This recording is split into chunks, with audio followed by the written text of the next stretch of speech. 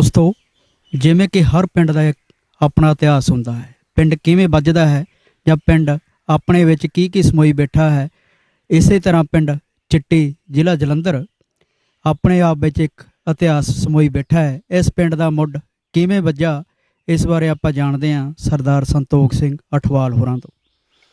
ਵਾਹਿਗੁਰੂ ਜੀ ਕਾ ਖਾਲਸਾ, ਵਾਹਿਗੁਰੂ ਜੀ ਕੀ ਫਤਿਹ। ਸਭ ਤੋਂ ਪਹਿਲਾਂ ਤਾਂ ਮੈਂ ਪੰਜਾਬੀ ਲਹਿਰ ਸਾਂਝਾ YouTube ਚੈਨਲ ਵਾਲਿਆਂ ਨੂੰ ਵਧਾਈ ਦਿੰਦਾ ਹਾਂ ਅਤੇ ਜਿਨ੍ਹਾਂ ਨੇ ਸਾਨੂੰ ਇਸ ਪਿੰਡ ਨੂੰ ਮਾਣ ਬਖਸ਼ਿਆ ਹੈ। ਅਸੀਂ ਉਹਨਾਂ ਤਹਿ ਦਿਲੋਂ ਰਿਣੀ ਹਾਂ। ਇਸ ਪਿੰਡ ਦੇ ਬਾਰੇ ਉਹਨਾਂ ਨੇ ਜੋ ਡਾਕੂਮੈਂਟਰੀ ਫਿਲਮ ਬਣਾਉਣ ਦੀ ਇਹ ਕੋਸ਼ਿਸ਼ ਕੀਤੀ ਹੈ। ਸੋ ਜੋ ਸਾਡੇ ਪਿੰਡ ਦਾ ਜੋ ਪਿੰਡ ਚਿੱਟੀ ਹੈ, ਉਹ ਜਲੰਧਰ ਵਿੱਚ ਨਹੀਂ ਬਲਕਿ ਦੁਆਬੇ ਦੇ ਵਿੱਚ ਵੀ ਪਿੰਡ ਚਿੱਟੀ ਜ਼ਿਲ੍ਹਾ ਜਲੰਧਰ 2 ਬਹੁਤ ਹੀ ਮਸ਼ਹੂਰ ਪਿੰਡ ਹੈ, ਜੋ ਕਿ ਸਾਨੂੰ ਪੁਰਾਣੇ ਆਪਣੇ ਬਜ਼ੁਰਗਾਂ ਤੋਂ ਪਤਾ ਲੱਗਦਾ ਕਿ ਇਸ ਪਿੰਡ ਦੇ ਵਿੱਚ ਪਹਿਲਾਂ 2 ਪਤੀਆਂ ਵਸਦੀਆਂ ਹੁੰਦੀਆਂ ਸਨ, ਜਿਨ੍ਹਾਂ ਦਾ ਨਾਮ ਪਦਾਰਥ ਸਿੰਘ ਅਤੇ ਹਰੀਆ। ਜ਼ਿਆਦਾਤਰ ਜੋ ਕਿ ਪਟਵਾਰੀ ਦੇ ਕਾਗਜ਼ਾਂ ਵਿੱਚ ਇਕੱਲਾ ਪਦਾਰਥ ਅਤੇ ਹਰੀਆ ਦੇ ਨਾਂ ਨਾਲ ਪਤੀਆਂ ਇਹ ਵੱਜਦੀਆਂ ਸੁਣੀਆਂ ਸੀ। ਅਤੇ ਜਿਸ ਦੇ ਵਿੱਚ ਅੱਗੋਂ ਇਸ ਤੋਂ ਗਾਂਹ ਜੋ ਪੁਰਾਣੇ ਬਜ਼ੁਰਗਾਂ ਨੇ ਇਸ ਫਿਰ ਪਿੰਡ ਦੇ ਵਿੱਚ 4 ਪਤੀਆਂ ਬਣਾ ਦਿੱਤੀਆਂ ਰਲ ਕੇ, ਜੋ ਕਿ ਸਭ ਤੋਂ ਪਹਿਲਾਂ ਪਾਸਾ ਪੱਕਾ ਬੰਗਲਾ ਪਾਸਾ, ਕੱਚਾ ਪਾਸਾ ਅਤੇ ਪਿੱਪਲਾਂ ਵਾਲਾ ਪਾਸਾ ਨਾਂ ਦੇ ਨਾਲ ਮਸ਼ਹੂਰ ਹੈ। ਠੀਕ ਹੈ ਜੀ। ਅਤੇ ਹਾਂਜੀ, ਅਤੇ 2 ਇੱਕ ਵਾਲਮੀਕ ਮਹੱਲਾ ਅਤੇ ਰਵਿਦਾਸ ਮਹੱਲਾ ਵੀ ਇਸ ਦੇ ਨਾਲ ਸੰਬੰਧਿਤ ਹਨ ਜੀ। ਸਰਦਾਰ ਸੰਤੋਖ ਸਿੰਘ ਜੀ, ਇਸ ਪਿੰਡ ਦੇ ਵਿੱਚ ਕੋਈ ਇੱਧਰੋਂ ਉੱਧਰਲੇ ਪੰਜਾਬ ਵਿੱਚ ਵੀ ਉੱਠ ਕੇ ਗਏ ਜਾਂ ਉੱਧਰਲੇ ਪੰਜਾਬ ਤੋਂ ਵੀ ਇੱਧਰ ਆ ਕੇ ਵਸੇ, ਇਸ ਬਾਰੇ ਤੁਸੀਂ ਚਾਨਣਾ ਪਾਓ। ਹਾਂਜੀ ਬਿਲਕੁਲ ਜੀ, ਇਸ ਗੱਲ ਦੇ ਬਾਰੇ ਪਤਾ ਲੱਗਦਾ ਜੋ ਕਿ ਸਨ 1885 ਦੇ ਵਿੱਚ ਜੋ ਕਿ ਬਾਅਦ ਦੇ ਵਿੱਚ ਲੋਕ ਉੱਥੇ ਗਏ ਹਨ, ਜਿਨ੍ਹਾਂ ਨੇ ਜਾ ਕੇ ਪਿੰਡ ਚਿੱਟੀ ਦੇ ਨਾਂ ਦੇ ਨਾਲ 3 ਚੱਕ ਵਸਾਏ ਹਨ, 53 ਨੰਬਰ, 90 ਅਤੇ 93 ਨੰਬਰ, ਜੋ ਕਿ ਪਿੰਡ ਚਿੱਟੀ ਦੇ ਨਾਂ ਦੇ ਨਾਲ ਉੱਥੇ ਉਹਨਾਂ ਨੇ ਇਹ ਚੱਕ ਵਸਾਏ ਹਨ। ਉਸ ਤੋਂ ਬਾਅਦ ਵਿੱਚ ਉਹ ਜਦੋਂ ਵਾਪਸ ਇੱਧਰ ਆਏ ਆ ਅਤੇ ਉਹਨਾਂ ਨੇ ਇੱਥੇ ਆਣ ਕੇ ਬਜ਼ੁਰਗਾਂ ਨੇ ਦੱਸਦੇ ਕਿ 12 ਪਿੰਡਾਂ ਦੇ ਵਿੱਚ ਸਾਰੇ ਪਿੰਡਾਂ ਦੇ ਵਿੱਚ ਲਾਗੇ ਲੋਕ ਉੱਥੋਂ ਆਣ ਕੇ ਜਿੱਦਾਂ ਕਿਸੇ ਨੂੰ ਜ਼ਮੀਨ ਅਲਾਟ ਹੋਈ ਆ, ਉਹਨਾਂ 12 ਪਿੰਡਾਂ ਦੇ ਵਿੱਚ ਲੋਕ ਸਾਡੇ ਪਿੰਡ ਦੇ ਜੋ ਚਿੱਟੀ ਪਿੰਡ ਦੇ ਆ ਵਸਦੇ ਹਨ। ਇੱਕ ਗੱਲ ਮੈਂ ਹੋਰ ਪਹਿਲਾਂ ਇਸ ਦਾ ਜ਼ਿਕਰ ਕਰਦਾ ਜਾਵਾਂਗੀ। ਆਪ ਨੂੰ ਪਹਿਲਾਂ ਵੀ ਦੱਸਿਆ ਕਿ 2 ਪਤੀਆਂ ਇੱਥੇ ਵਸਦੀਆਂ ਸਨ, ਜੋ ਕਿ ਅਠਵਾਲ ਫੈਮਿਲੀ ਦੇ ਨਾਲ ਹੀ ਸੰਬੰਧਿਤ ਸਨ। ਤਾਂ ਹੀ ਇਸ ਪਿੰਡ ਦਾ ਨਾਂ ਜੋ ਗੋਤ ਹੈ ਉਹ ਅਠਵਾਲ ਪਿਆ ਹੈ। ਉਹਨਾਂ ਦਾ ਕਰਕੇ ਹੀ ਇਹ ਅੱਜ ਪਿੰਡ ਵੀ ਇਹ ਅਠਵਾਲ ਦੇ ਨਾਂ ਨਾਲ ਹੀ ਮਸ਼ਹੂਰ ਗਿਣਿਆ ਜਾਂਦਾ ਹੈ।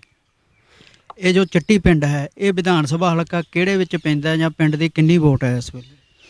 ਪਿੰਡ ਦੀ ਵੋਟ ਤਕਰੀਬਨ ਜੀ 3-3.5 ਹਜ਼ਾਰ ਦੇ ਲਗਭਗ ਵੋਟ ਹੈ ਇਸ ਦੀ। ਅਤੇ ਜਲੰਧਰ 2 ਦੇ ਵਿੱਚ ਸਾਡਾ ਜੋ ਪਿੰਡ ਹੈ ਇਹ ਪੈਂਦਾ ਹੈਗਾ। ਅਤੇ ਹਾਂ, ਕਰਤਾਰ ਸਾਡਾ ਜੋ ਹਲਕਾ ਹੈ ਉਹ ਕਰਤਾਰਪੁਰ ਹੈ। ਵਿਧਾਨ ਸਭਾ ਹਲਕਾ ਕਰਤਾਰਪੁਰ ਵਿੱਚ ਪੈਂਦਾ ਹੈ। ਤੁਸੀਂ ਆਪਣੀ ਹਯਾਤੀ ਵਿੱਚ ਦੇਖਿਆ ਹੋਣਾ ਵੀ ਪਿੰਡ ਦਾ ਵਿਕਾਸ ਕਿਵੇਂ ਹੋਇਆ, ਕਿਹੜੇ ਸਰਪੰਚਾਂ ਦੇ ਵਿੱਚ ਆ ਕੇ ਮਤਲਬ ਇਹਨਾਂ ਨੇ ਪਿੰਡ ਦੇ ਵਿਕਾਸ ਦੀਆਂ ਲੀਹਾਂ ਰੱਖੀਆਂ, ਪਿੰਡ ਨੂੰ ਆਪਣੇ ਵਿਕਾਸ ਦੀਆਂ ਲੀਹਾਂ 'ਤੇ ਤੋਰਿਆ। ਹਾਂਜੀ, ਇਹ ਵੀ ਇੱਕ ਬਹੁਤ ਵਧੀਆ ਤੁਸੀਂ ਸਵਾਲ ਕੀਤਾ। ਜਿੰਨੀਆਂ ਵੀ ਅੱਜ ਤੱਕ ਸਾਡੇ ਪਿੰਡ ਦੀਆਂ ਪੰਚਾਇਤਾਂ ਬਣੀਆਂ ਹਨ, ਜਿੰਨਾ ਵੀ ਉਹਨਾਂ ਤੋਂ ਹੋ ਸਕਿਆ ਵੱਧ ਤੋਂ ਵੱਧ ਸਾਰੀਆਂ ਪੰਚਾਇਤਾਂ ਨੇ ਆਪਣਾ ਯੋਗਦਾਨ ਪਾਇਆ। ਪਰ ਜੋ ਕਿ ਉਚੇਚੇ ਤੌਰ 'ਤੇ ਸਪੈਸ਼ਲ ਤੌਰ 'ਤੇ ਕੈਪਟਨ ਸਰਦਾਰ ਕਰਮ ਸਿੰਘ ਜੀ, ਜਿਨ੍ਹਾਂ ਨੇ ਕਿ ਪਿੰਡ ਦਾ ਮੂੰਹ ਮੋਹਰਾ ਬੰਨ੍ਹਿਆ ਹੈ, ਉਹ ਸਾਰੇ ਪਿੰਡਾਂ ਦੇ ਲਾਗੇ ਜਿੰਨੇ ਵੀ ਲਾਗੇ ਪਿੰਡ ਵਸਦੇ ਹਨ, ਜਿੰਨੇ ਵੀ ਅਫਸਰ ਲੋਕ ਵੀ ਸਨ ਉਸ ਸਮੇਂ ਦੇ, ਉਹ ਸਾਰੇ ਇਸ ਚੀਜ਼ ਨੂੰ ਮੰਨਦੇ ਸਨ ਕਿ ਜੋ ਕੈਪਟਨ ਕਰਮ ਸਿੰਘ ਜੀ ਹੁਣਾਂ ਨੇ ਇਸ ਪਿੰਡ ਦੇ ਵਾਸਤੇ ਕੀਤਾ, ਉਹ ਅੱਜ ਤਾਈਂ ਕੋਈ ਕਰ ਨਹੀਂ, ਜਾਂ ਕਹਿ ਲਓ ਕਿ ਉਹਨਾਂ ਨੂੰ ਇਹ ਸ਼ੋਭਾ ਮਿਲਣੀ ਸੀ।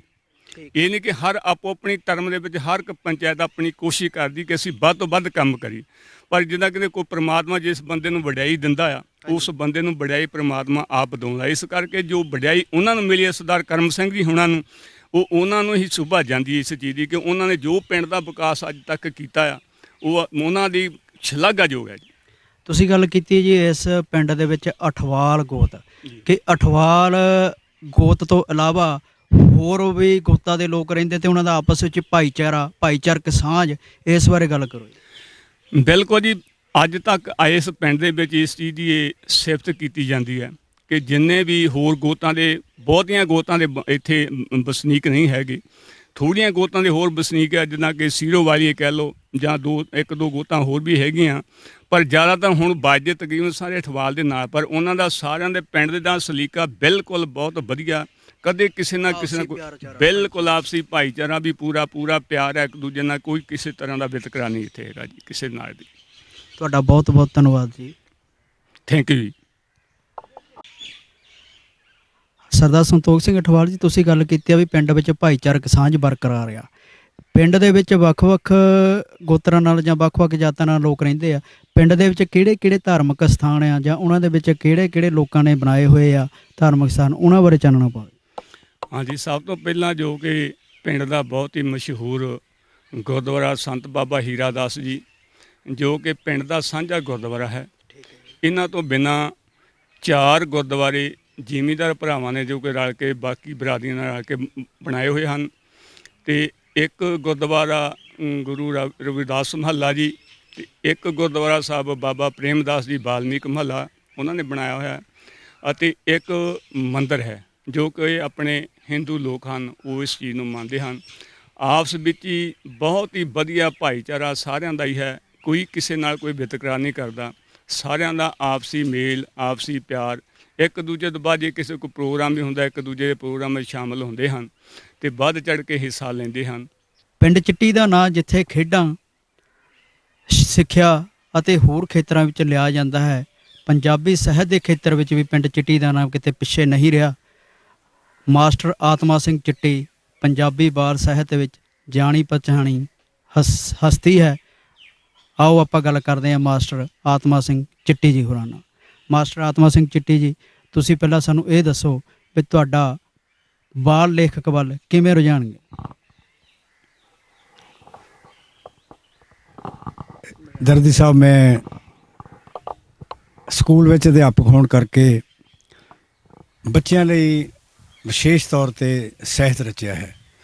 ਬੱਚਿਆਂ ਲਈ ਕਵਿਤਾਵਾਂ ਅਤੇ ਗੀਤ ਮੈਂ ਲਿਖੇ ਹਨ, ਕਿਉਂਕਿ ਸਕੂਲਾਂ ਵਿੱਚ ਪੁਰਾਣੇ ਸਮੇਂ 'ਚ ਬਹੁਤ ਸਾਰੀਆਂ ਬਾਲ ਸਭਾਵਾਂ ਲੱਗਦੀਆਂ ਹੁੰਦੀਆਂ ਸੀ ਅਤੇ ਸਾਨੂੰ ਮੌਕੇ ਮੁਤਾਬਕ ਉਸ ਵੇਲੇ ਕੋਈ ਗੀਤ ਕਵਿਤਾ ਨਹੀਂ ਸੀ ਮਿਲਦੀ, ਜਿਸ ਕਰਕੇ ਮੈਂ ਪ੍ਰੇਰਿਤ ਹੋ ਗਿਆ ਕਿ ਬੱਚਿਆਂ ਲਈ ਕੋਈ ਕਵਿਤਾ ਲਿਖਾਂ, ਬੱਚਿਆਂ ਵਾਸਤੇ ਕਵਿਤਾ ਗੀਤ ਲਿਖਾਂ।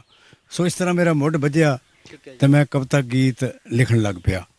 ਹੌਲੀ ਹੌਲੀ ਮੇਰੀਆਂ ਰਚਨਾਵਾਂ ਪੰਜਾਬੀ ਦੀਆਂ ਅਖਬਾਰਾਂ ਅਤੇ ਬਾਲ ਰਸਾਲਿਆਂ ਵਿੱਚ ਛਪਣ ਲੱਗ ਪਈਆਂ। ਸਰਦਾਰ ਕਰਨੈਲ ਸਿੰਘ ਜੀ ਨਿੱਜਰ, ਜੋ ਪੰਜਾਬੀ ਦੇ ਬਹੁਤ ਵੱਡੇ ਸਾਹਿਤਕਾਰ ਹੋਏ ਹਨ, ਉਹਨਾਂ ਦੀ ਪ੍ਰੇਰਨਾ ਸਦਕਾ ਉਹਨਾਂ ਨੇ ਮੈਨੂੰ ਦੱਸਿਆ ਕਿ ਚਿੱਟੀ ਸਾਹਿਬ ਤੁਸੀਂ ਬਹੁਤ ਵਧੀਆ ਲਿਖਦੇ ਹੋ, ਕੋਈ ਕਿਤਾਬ ਵੀ ਛਪਾਓ। ਸੋ ਪਹਿਲੀ ਕਿਤਾਬ ਮੇਰੀ ਸੰਨ 1993 'ਚ ਏਕੇ ਦੀ ਖੁਸ਼ਬੂ ਗੀਤਾਂ ਦੀ ਛਪੀ। ਸੋ ਏਕੇ ਦੀ ਖੁਸ਼ਬੂ ਕਿਤਾਬ ਛਪੀ ਅਤੇ ਹੁਣ ਤੱਕ ਮੇਰੀਆਂ ਪੰਜਾਬੀ ਬਾਲ ਸਾਹਿਤ ਦੀਆਂ 20 ਪੁਸਤਕਾਂ ਛਪੀਆਂ ਹਨ, ਜਿਹਦੀਆਂ ਕਵਿਤਾਵਾਂ ਅਤੇ ਗੀਤਾਂ ਦੀਆਂ ਹਨ। 2 ਕਿਤਾਬਾਂ ਮੇਰੀਆਂ ਵੱਖਰੇ ਸਾਹਿਤ ਦੀਆਂ ਛਪੀਆਂ ਹਨ। ਉਹਨਾਂ 'ਚ ਇੱਕ ਪਿੰਡ ਚਿੱਟੀ ਦਾ ਇਤਿਹਾਸ ਬਾਰੇ ਹੈ। ਸਾਰੇ ਪਿੰਡ ਚਿੱਟੀ ਦਾ ਇਤਿਹਾਸ ਮੈਂ ਇਕੱਠਾ ਕਰਕੇ 5-6 ਸਾਲ ਦੀ ਮਿਹਨਤ ਤੋਂ ਬਾਅਦ ਉਹ ਕਿਤਾਬ ਮੇਰੀ ਪੰਜਾਬੀ ਸੱਥ ਲਾਂਬੜਾ ਦੇ ਡਾਕਟਰ ਨਿਰਮਲ ਸਿੰਘ ਦੀ ਬਦੌਲਤ ਛਪੀ ਹੈ। ਦੇਖਿਆ ਸੁਣਿਆ ਪਿੰਡ ਚਿੱਟੀ ਉਸ ਕਿਤਾਬ ਦਾ ਨਾਂ ਹੈ। ਅਤੇ ਦੂਸਰੀ ਕਿਤਾਬ ਮੇਰੀ 22ਵੀਂ ਕਿਤਾਬ ਹੁਣੇ ਛਪੀ ਹੈ, ਅਨਮੋਲ ਵਿਚਾਰ। ਸੋ ਹੁਣ ਤੱਕ ਮੇਰੀਆਂ 22 ਕਿਤਾਬਾਂ ਪਾਠਕਾਂ ਦੀ ਝੋਲੀ ਵਿੱਚ ਪੈ ਚੁੱਕੀਆਂ ਹਨ। ਇੱਕ ਹੋਰ ਬੜੇ ਮਾਣ ਵਾਲੀ ਗੱਲ ਹੈ ਮੇਰੇ ਵਾਸਤੇ, ਸਾਡੇ ਪਰਿਵਾਰ ਲਈ, ਪਿੰਡ ਵਾਲਿਆਂ ਲਈ, ਕਿ ਮੈਨੂੰ ਪੰਜਾਬ ਸਰਕਾਰ ਦੇ ਭਾਸ਼ਾ ਵਿਭਾਗ ਪਟਿਆਲਾ ਵੱਲੋਂ ਸਾਲ 2016 'ਚ ਪੰਜਾਬੀ ਦਾ ਬਹੁਤ ਵੱਡਾ ਪੁਰਸਕਾਰ, ਸ਼੍ਰੋਮਣੀ ਪੁਰਸਕਾਰ ਪੰਜਾਬੀ ਬਾਲ ਸਾਹਿਤ ਵਿੱਚ ਪ੍ਰਾਪਤ ਹੋਇਆ ਹੈ।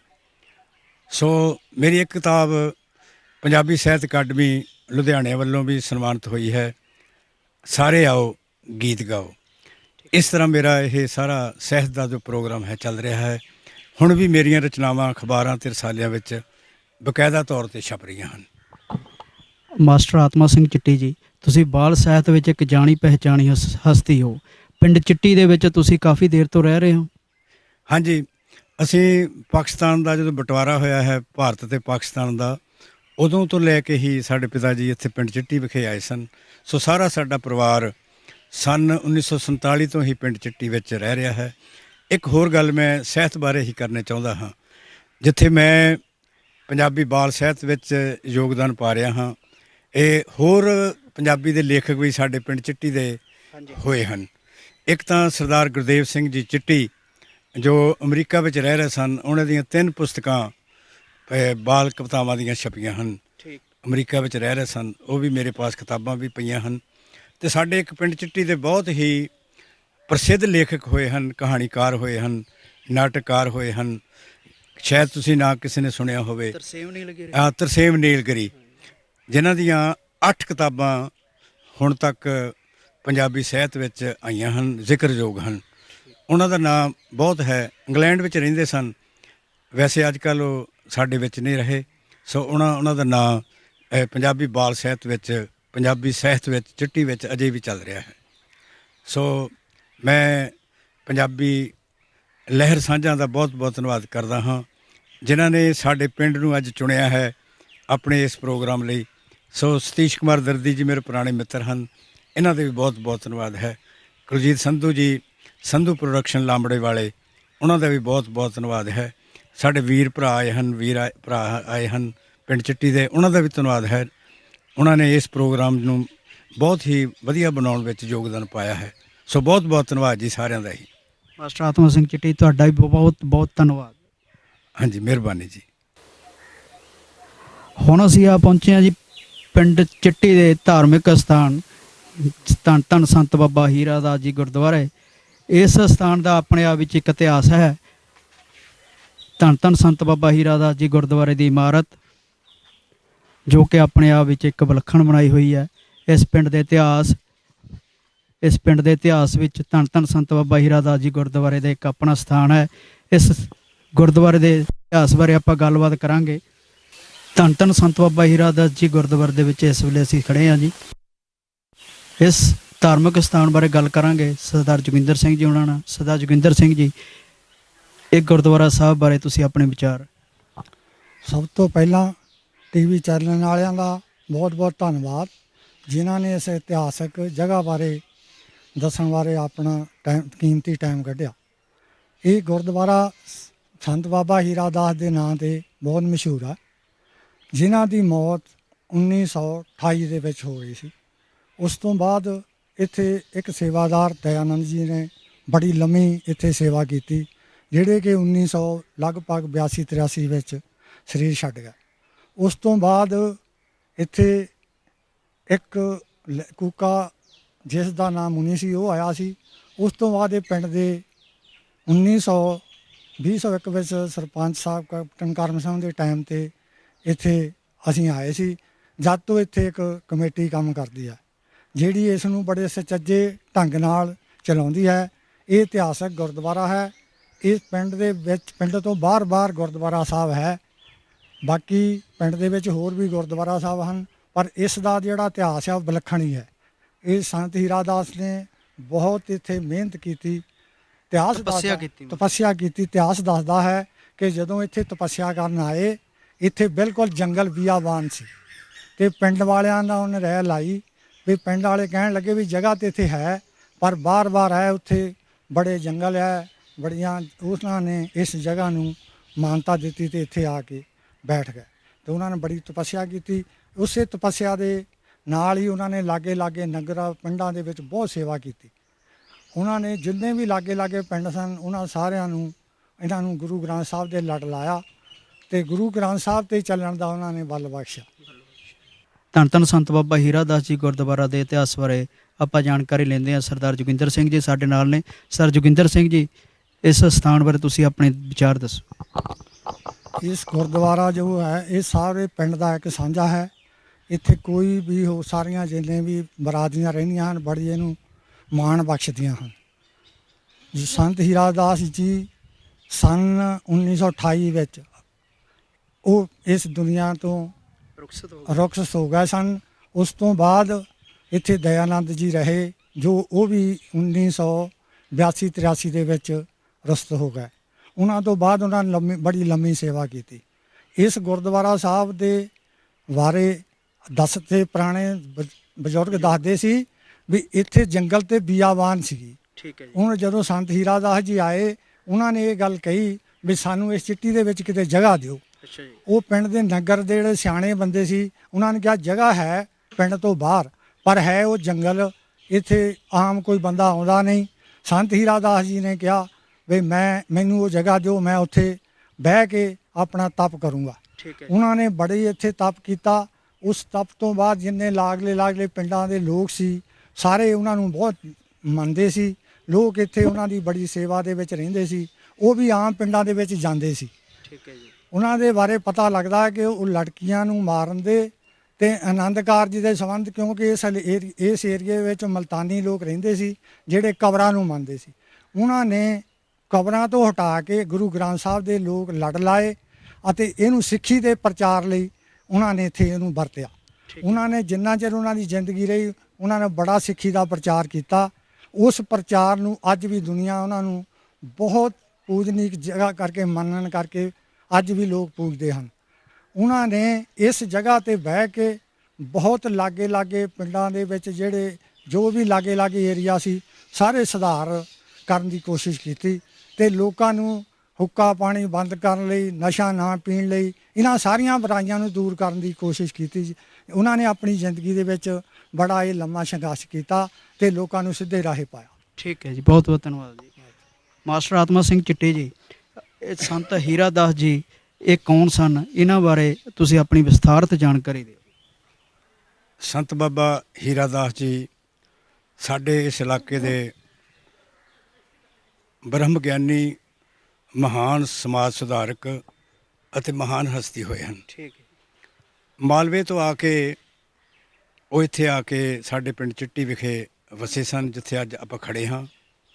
ਸਭ ਤੋਂ ਪਹਿਲਾਂ ਜਿਵੇਂ ਸਰਦਾਰ ਜੋਗਿੰਦਰ ਸਿੰਘ ਹੋਰਾਂ ਨੇ ਦੱਸਿਆ ਹੈ ਹਾਂਜੀ ਕਿ ਇੱਥੇ ਜੰਗਲ ਬੀਆਬਾਨ ਸੀ। ਇੱਥੇ ਇੱਕ ਕੁਟੀਆ ਪਾ ਕੇ ਸੰਤ ਬਾਬਾ ਹੀਰਾ ਦਾਸ ਜੀ ਰਹਿਣ ਲੱਗ ਪਏ। ਠੀਕ। ਹੌਲੀ ਹੌਲੀ ਉਹਨਾਂ ਦੇ ਸੇਵਕਾਂ ਨੇ, ਉਹਨਾਂ ਦੇ ਨਿਕਟਵਰਤੀਆਂ ਨੇ ਇੱਥੇ ਉਹਨਾਂ ਨੂੰ ਕੋਠਾ ਕੋਈ ਪਾ ਦਿੱਤਾ ਅਤੇ ਉਸ ਕੋਠੇ 'ਚ ਰਹਿਣ ਲੱਗ ਪਏ। ਸੰਤ ਬਾਬਾ ਹੀਰਾ ਦਾਸ ਜੀ ਬਹੁਤ ਗੁਣੀ ਸਨ, ਗੁਣੀ ਗਿਆਨੀ ਸਨ। ਸੋ ਸਵੇਰੇ ਸ਼ਾਮ ਉਹਨਾਂ ਨੇ ਸਤਸੰਗ ਇਸ ਸਥਾਨ 'ਤੇ ਕਰਨਾ ਸ਼ੁਰੂ ਕਰ ਦਿੱਤਾ। ਸੰਗਤਾਂ ਵਿੱਚ ਸ਼ਰਧਾ ਵੱਧ ਗਈ ਅਤੇ ਬਹੁਤ ਸਾਰੇ ਲੋਕ ਉਹਨਾਂ ਦੇ ਸੇਵਕ ਬਣ ਗਏ। ਸੋ ਬਹੁਤ ਖੋਜ ਕੀਤੀ ਹੈ ਸੰਤ ਬਾਬਾ ਹੀਰਾ ਦਾਸ ਜੀ ਦੇ ਅਸੀਂ ਬਾਰੇ ਕਿ ਕਿੱਥੋਂ ਆਏ ਸਨ, ਮਾਲਵੇ 'ਚ ਕਿਹੜਾ ਉਹਨਾਂ ਦਾ ਪਿੰਡ ਸੀ। ਪਰ ਬਜ਼ੁਰਗਾਂ ਕੋਲੋਂ ਵੀ ਦਰਦੀ ਸਾਹਿਬ ਉਹਨਾਂ ਦੀ ਪੂਰੀ ਜਾਣਕਾਰੀ ਪ੍ਰਾਪਤ ਨਹੀਂ ਸੀ ਹੋਈ। 1837 'ਚ ਇਹ ਬਾਬਾ ਸੰਤ ਹੀਰਾ ਦਾਸ ਜੀ ਉਹਨਾਂ ਦਾ ਜਨਮ ਹੋਇਆ ਸੀ ਅਤੇ ਇਸੇ ਸਥਾਨ 'ਤੇ ਸੇਵਾ ਕਰਦੇ ਉਹ 17 ਫੱਗਣ 28 ਫਰਵਰੀ ਸੰਨ 1928 ਨੂੰ ਇਸ ਸਥਾਨ 'ਤੇ ਉਹਨਾਂ ਨੇ ਚੋਲਾ ਛੱਡਿਆ ਸੀ। ਅਕਾਲ ਚਲਾਣਾ ਕੀਤਾ ਸੀ ਸਾਡੇ ਪਿੰਡ ਚਿੱਟੀ ਵਿਖੇ ਹੀ, ਅਤੇ ਇੱਥੇ ਹੀ ਉਹਨਾਂ ਦਾ ਸੰਸਕਾਰ ਵੀ ਹੋਇਆ ਸੀ, ਜਿੱਥੇ ਆਪਾਂ ਇਸ ਗੁਰਦੁਆਰਾ ਸਾਹਿਬ ਵਿਖੇ ਖੜ੍ਹੇ ਹਾਂ। ਸੋ ਗੁਰਦੁਆਰਾ ਸੰਤ ਬਾਬਾ ਹੀਰਾ ਦਾਸ ਜੀ ਉਹਨਾਂ ਦੀ ਯਾਦ ਵਿੱਚ ਬਣਿਆ ਹੋਇਆ ਹੈ। ਉਹਨਾਂ ਦੇ ਇੱਕ ਨਿਕਟਵਰਤੀ ਸੇਵਕ ਸਨ ਸਵਾਮੀ ਦਇਆਨੰਦ ਜੀ। ਸਵਾਮੀ ਦਇਆਨੰਦ ਜੀ ਦੀ ਗੱਲ ਕਰਨ ਤੋਂ ਪਹਿਲਾਂ ਮੈਂ ਇਹ ਦੱਸਣਾ ਚਾਹੁੰਦਾ ਹਾਂ ਕਿ ਸੰਤ ਬਾਬਾ ਹੀਰਾ ਦਾਸ ਜੀ ਨੇ ਉਸ ਸਮੇਂ ਜੋ ਸਮਾਜ ਵਿੱਚ ਕੁਰੀਤੀਆਂ ਸਨ, ਦਰਦੀ ਸਾਹਿਬ ਉਹਨਾਂ ਦੇ ਵਿਰੁੱਧ ਆਵਾਜ਼ ਉਠਾਈ। ਉਸ ਵੇਲੇ ਜੰਮਦੀਆਂ ਲੜਕੀਆਂ ਨੂੰ ਮਾਰ ਦਿੱਤਾ ਜਾਂਦਾ ਸੀ। ਸੋ ਉਹਨਾਂ ਨੇ ਇਹ ਜਿਹੜੀ ਪ੍ਰਥਾ ਸੀ, ਇਹ ਜੋ ਰੀਤੀ ਰਿਵਾਜ ਸੀ ਲੜਕੀਆਂ ਨੂੰ ਮਾਰਨ ਵਾਲਾ, ਖਤਮ ਕਰਾਇਆ ਅਤੇ ਵਿਧਵਾ ਵਿਆਹ ਦੀ ਖੁੱਲ੍ਹ ਦਿੱਤੀ। ਸਤਿਗੁਰੂ ਰਾਮ ਸਿੰਘ ਜੀ ਜੋ ਬਹੁਤ ਪ੍ਰਸਿੱਧ ਸਮਾਜ ਸੁਧਾਰਕ ਹੋਏ ਹਨ, ਉਹਨਾਂ ਦੇ ਪੂਰਨਿਆਂ 'ਤੇ ਚੱਲ ਕੇ ਉਹਨਾਂ ਨੇ ਸਮਾਜ ਸੁਧਾਰਕ ਦੀ ਲਹਿਰ ਇੱਥੇ ਵੀ ਚਲਾਈ, ਸਾਡੇ ਇਲਾਕੇ ਵਿੱਚ ਵੀ। ਸੋ ਨਸ਼ਿਆਂ ਦੇ ਖਿਲਾਫ ਉਹਨਾਂ ਨੇ ਆਵਾਜ਼ ਬੁਲੰਦ ਕੀਤੀ ਅਤੇ ਬਹੁਤ ਵੱਡਾ ਉਹਨਾਂ ਨੇ ਇੱਕ ਇੱਥੇ ਸਮਾਜ ਸੁਧਾਰਕ ਬਣਨ ਵਿੱਚ ਹਿੱਸਾ ਪਾਇਆ। ਸੋ ਉਹਨਾਂ ਦੇ ਨਿਕਟਵਰਤੀ ਜਿਵੇਂ ਕਿ ਪਹਿਲਾਂ ਦੱਸਿਆ ਹੈ ਇਹ ਸਵਾਮੀ ਦਇਆਨੰਦ ਜੀ, ਜਿਨ੍ਹਾਂ ਬਾਰੇ ਮੈਂ ਪੂਰੀ ਜਾਣਕਾਰੀ ਪ੍ਰਾਪਤ ਉਹਨਾਂ ਦੇ ਜੀਂਦੇ ਜੀ ਲਿਖ ਲਈ ਸੀਗੀ ਸਵਾਮੀ ਦਇਆਨੰਦ ਜੀ ਪਾਸੋਂ। ਉਹਨਾਂ ਦਾ ਜਨਮ 1876 'ਚ ਜ਼ਿਲ੍ਹਾ ਹੁਸ਼ਿਆਰਪੁਰ ਦੇ ਪਿੰਡ ਬੂਰੇ ਜੱਟਾਂ ਵਿੱਚ ਬਾਬਾ ਉਦਾਸੀ ਸਾਧੂ ਸਨ। ਪਿਤਾ ਉਹਨਾਂ ਦੇ ਭਗਵਾਨ ਦਾਸ ਜੀ, ਮਾਤਾ ਆਨੰਦ ਕੌਰ ਦੇ ਗ੍ਰਹਿ ਵਿਖੇ ਉਹਨਾਂ ਦਾ ਜਨਮ ਹੋਇਆ ਸੀ ਅਤੇ ਛੋਟੀ ਉਮਰ 'ਚ ਹੀ ਉਹਨਾਂ ਦੇ ਪਿਤਾ ਸੰਤ ਹੀਰਾ ਦਾਸ ਜੀ ਹੋਣਾ ਕੋਲ ਉਹ ਛੱਡ ਗਏ ਸਨ ਆਪਣੇ ਬੱਚੇ ਨੂੰ। ਸੋ ਸੰਤ ਹੀਰਾ ਦਾਸ ਹੋਣਾ ਨੇ ਉਹਨਾਂ ਨੂੰ ਪੜ੍ਹਾਈ ਕਰਵਾਈ, ਆਜਰਕ ਵੈਦ ਦੀ ਉਹਨਾਂ ਨੇ ਸਿੱਖਿਆ ਪ੍ਰਾਪਤ ਕੀਤੀ ਵੱਡੀ। ਸੋ ਸੰਸਕ੍ਰਿਤ ਦੇ ਬਹੁਤ ਵੱਡੇ ਵਿਦਵਾਨ ਸਨ। ਸਵਾਮੀ ਦਇਆਨੰਦ ਜੀ ਹਿਕਮਤ ਵੀ ਕਰਦੇ ਸਨ। ਹਾਂ, ਦੇਸੀ ਦਵਾਈਆਂ ਦਾ ਕੰਮ ਵੀ ਇਹਨਾਂ ਨੇ ਸ਼ੁਰੂ ਕੀਤਾ ਸੀ। ਇਲਾਕੇ 'ਚ ਬੜੇ ਪ੍ਰਸਿੱਧ ਸਨ ਸਵਾਮੀ ਦਇਆਨੰਦ ਜੀ। ਅਤੇ ਇੱਕ ਹੋਰ ਗੱਲ ਮੈਂ ਦੱਸਣੀ ਚਾਹੁੰਦਾ ਹਾਂ ਕਿ ਸ੍ਰੀ ਗੁਰੂ ਗ੍ਰੰਥ ਸਾਹਿਬ ਜੀ ਦੇ ਸਰੂਪ ਉਦੋਂ ਤੋਂ ਹੀ ਸੰਤ ਬਾਬਾ ਹੀਰਾ ਦਾਸ ਜੀ ਸਮੇਂ ਤੋਂ ਇੱਥੇ ਮੌਜੂਦ ਸਨ। ਠੀਕ ਸੋ ਸੰਗਤਾਂ ਸਵੇਰੇ ਸ਼ਾਮ ਆ ਕੇ ਇਸ ਸਥਾਨ ਤੇ ਨਤਮਸਤਕ ਹੁੰਦੀਆਂ ਸਨ। ਸੋ ਸਵਾਮੀ ਦਇਆਨੰਦ ਜੀ ਇੱਕ ਵਾਰੀ ਗੁੱਸੇ ਹੋ ਕੇ ਵਾਪਸ ਵੀ ਚਲੇ ਗਏ ਸੀ, ਇਸ ਪਰ ਪਿੰਡ ਤੋਂ ਇਸ ਪਿੰਡ ਤੋਂ ਅੱਛਾ ਜੀ। ਸੰਤ ਹੀਰਾਦਾਸ ਜੀ ਹੁਣਾਂ ਨਾਲ ਨਾਰਾਜ਼ ਹੋ ਕੇ ਫਿਰ ਵਾਪਸ ਫਿਰ ਇੱਥੇ ਆ ਗਏ। ਅੱਛਾ ਜੀ। ਸੋ ਬਹੁਤ ਲੰਮਾ ਸਮਾਂ ਉਹਨਾਂ ਨੇ ਇੱਥੇ ਬਿਤਾਇਆ ਸਵਾਮੀ ਦਇਆਨੰਦ ਜੀ ਹੁਣਾਂ ਦੇ, ਉਹਨਾਂ ਦੇ ਉਹ ਸੇਵਕ ਰਹੇ। ਤੇ 7 ਜਨਵਰੀ ਸਨ 1985 ਅੱਛਾ ਸੋਮਵਾਰ ਨੂੰ ਸਵਾਮੀ ਦਇਆਨੰਦ ਜੀ ਇਸੇ ਸਥਾਨ ਤੇ ਚੋਲਾ ਛੱਡਿਆ ਸੀ, ਉਹਨਾਂ ਨੇ ਦੇਹਾਂਤ ਹੋਇਆ ਸੀ ਉਹਨਾਂ ਦਾ। ਸੋ ਬਹੁਤ ਸਾਰੇ ਲੋਕਾਂ ਨੇ ਬਹੁਤ ਸੋਗ ਮਨਾਇਆ ਸੀ ਇਲਾਕੇ 'ਚ। ਸੋ ਇਸ ਤਰ੍ਹਾਂ ਦਾ ਇਤਿਹਾਸ ਹੈ ਇਸ ਪਿੰਡ ਦਾ। ਤੇ ਮੈਂ ਇਹ ਵੀ ਦੱਸਣਾ ਚਾਹੁੰਦਾ ਹਾਂ ਕਿ ਸੰਤ ਬਾਬਾ ਹੀਰਾਦਾਸ ਦੀ ਯਾਦ 'ਚ ਹਾਂਜੀ ਸਾਡੇ ਪਿੰਡ ਕਾਲਾ ਸੰਘਿਆ ਹੈ ਨੇੜੇ, ਬਿਲਕੁਲ 5-6 ਕਿਲੋਮੀਟਰ ਤੇ। ਉੱਥੇ ਉਹਨਾਂ ਦੀ ਯਾਦ 'ਚ, ਸੰਤ ਬਾਬਾ ਹੀਰਾਦਾਸ ਦੀ ਯਾਦ 'ਚ ਸੰਤ ਬਾਬਾ ਹੀਰਾਦਾਸ ਕੰਨਿਆ ਮਹਾਵਿਦਿਆਲਿਆ ਲੜਕੀਆਂ ਦਾ ਕਾਲਜ ਚੱਲ ਰਿਹਾ ਹੈ। MA BA ਕਲਾਸਾਂ ਹਨ ਉੱਥੇ। ਇਹ ਉਹਨਾਂ ਦੀ ਯਾਦ 'ਚ ਬਣਿਆ ਹੈ। ਸਨ 1986 ਤੋਂ ਲਗਾਤਾਰ ਉਹ ਕਾਲਜ ਬਹੁਤ ਸਫਲਤਾ ਨਾਲ, ਕਾਮਯਾਬੀ ਨਾਲ ਚੱਲ ਰਿਹਾ। ਠੀਕ ਤੇ ਉਹਨਾਂ ਦੀ ਯਾਦ ਵਿੱਚ ਹੀ ਸਾਡੇ ਪਿੰਡ ਚਿੱਟੀ ਵਿਖੇ ਇੱਥੇ ਇਸੇ ਅਹਾਤੇ 'ਚ ਸੰਤ ਹੀਰਾਦਾਸ ਹੈਲਥ ਕਲੱਬ ਜਿਮ ਬਣਿਆ ਹੋਇਆ, ਠੀਕ ਜਿੱਥੇ ਸਵੇਰੇ ਸ਼ਾਮ ਆ ਕੇ ਲੜਕੇ ਕਸਰਤ ਕਰਦੇ ਹਨ, ਇਹ ਆਪਣੇ ਸਰੀਰ ਦੇ ਮਨ ਨੂੰ ਤੰਦਰੁਸਤ ਰੱਖਦੇ ਹਨ। ਸੋ ਬਹੁਤ ਵਧੀਆ ਅਸਥਾਨ ਹੈ, ਰਮਣੀਕ ਅਸਥਾਨ ਹੈ ਇਹ ਸੰਤ ਬਾਬਾ ਹੀਰਾ ਦਾ ਗੁਰਦੁਆਰਾ। ਇੱਥੇ ਮੈਂ ਹੋਰ ਵੀ ਦੱਸਣਾ ਚਾਹੁੰਦਾ ਹਾਂ ਕਿ ਸਾਡੇ ਇਸ ਇੱਕ ਪਿੰਡ ਦੇ ਮੈਸੂਵਾਲ ਇੱਕ ਪਿੰਡ ਸੀ, ਉੱਥੇ ਦਾ ਇੱਕ ਭਲਵਾਨ ਸੀਗਾ ਅੱਛਾ ਜੀ। ਹੁਕਮਾ। ਉਹ ਜਦੋਂ ਭਲਵਾਨੀ ਕਰਨ ਲੱਗਾ ਨਾ, ਹਾਂਜੀ ਤੇ ਉਹਨੇ ਸੰਤ ਹੀਰਾਦਾਸ ਜੀ ਪਾਸੋਂ ਆਸ਼ੀਰਵਾਦ ਲੈ ਕੇ ਆਪਣੀ ਭਲਵਾਨੀ ਸ਼ੁਰੂ ਕੀਤੀ ਸੀ। ਤੇ ਸਾਡੇ ਪਿੰਡ ਦੇ ਭਲਵਾਨ ਵੀ ਹੋਏ ਹਨ, ਅੱਛਾ ਜੀ। ਆਪਣੇ ਦੱਸਣਗੇ ਤੁਹਾਨੂੰ। ਸਾਡੇ ਪਿੰਡ ਦੇ ਗੁਰਨਾਮ ਸਿੰਘ ਜੀ ਬਹੁਤ ਵਧੀਆ ਭਲਵਾਨ ਹੋਇਆ ਸਾਡੇ ਪਿੰਡ ਚਿੱਟੀ ਦਾ। ਹੋਰ ਵੀ ਬਹੁਤ ਸਾਰੀਆਂ ਮਹਾਨ ਸ਼ਖਸੀਅਤਾਂ ਸਾਡੇ ਪਿੰਡ ਚਿੱਟੀ ਦੀਆਂ ਹੋਈਆਂ ਹਨ। ਸੋ ਮੈਂ ਦੱਸਣਾ ਚਾਹੁੰਦਾ ਹਾਂ ਕਿ ਅਸੀਂ ਸਭ ਤੋਂ ਪਹਿਲਾਂ ਸੰਤ ਹੀਰਾਦਾਸ ਜੀ ਤੇ ਸਵਾਮੀ ਦਇਆਨੰਦ ਦਾ ਇਤਿਹਾਸ ਇਕੱਠਾ ਕਰਨਾ ਚਾਹੁੰਦੇ ਸੀ, ਪਰ ਡਾਕਟਰ ਨਿਰਮਲ ਸਿੰਘ ਜੀ ਲਾਂਬੜਾ ਦੇ ਪ੍ਰੇਰਨਾ ਸਦਕਾ ਤੇ ਪਿੰਡ ਚਿੱਟੀ ਵਾਲਿਆਂ ਦੀ ਸੰਗਤਾਂ ਦੇ ਸਹਿਯੋਗ ਸਦਕਾ ਤੇ ਮੈਂ ਪਿੰਡ ਚਿੱਟੀ ਦਾ ਪੂਰਾ ਇਤਿਹਾਸ ਲਿਖਿਆ ਹੈ। ਮੈਂ ਪਹਿਲਾਂ ਵੀ ਦੱਸਿਆ ਹੈ, ਦੇਖਿਆ ਸੁਣਿਆ ਮੇਰਾ ਪਿੰਡ ਚਿੱਟੀ, ਜਿਹਦੇ ਵਿੱਚ ਸਾਰੇ ਪਿੰਡ ਦਾ ਇਤਿਹਾਸ ਵੀ ਹੈ, ਗੁਰਦੁਆਰਿਆਂ ਬਾਰੇ ਵੀ ਹੈ, ਜੋ ਪਿੰਡ ਦੀਆਂ ਸ਼ਖਸੀਅਤਾਂ ਹਨ ਉਹਨਾਂ ਬਾਰੇ ਵੀ ਹਨ। ਸੋ ਸਤੀਸ਼ ਕੁਮਾਰ ਦਰਦੀ ਜੀ, ਇਹ ਸਾਡਾ ਪਿੰਡ ਬਹੁਤ ਇਤਿਹਾਸਕ ਹੈ, ਇੱਥੇ ਦੇ ਬਹੁਤ ਸਾਰੇ ਸ਼ਹੀਦ ਵੀ ਹੋਏ ਹਨ, ਉਹਨਾਂ ਬਾਰੇ ਵੀ ਆਪਾਂ ਬਾਅਦ 'ਚ ਗੱਲ ਕਰਾਂਗੇ। ਠੀਕ ਹੈ। ਬਹੁਤ ਬਹੁਤ ਧੰਨਵਾਦ ਜੀ, ਸ਼ੁਕਰੀਆ।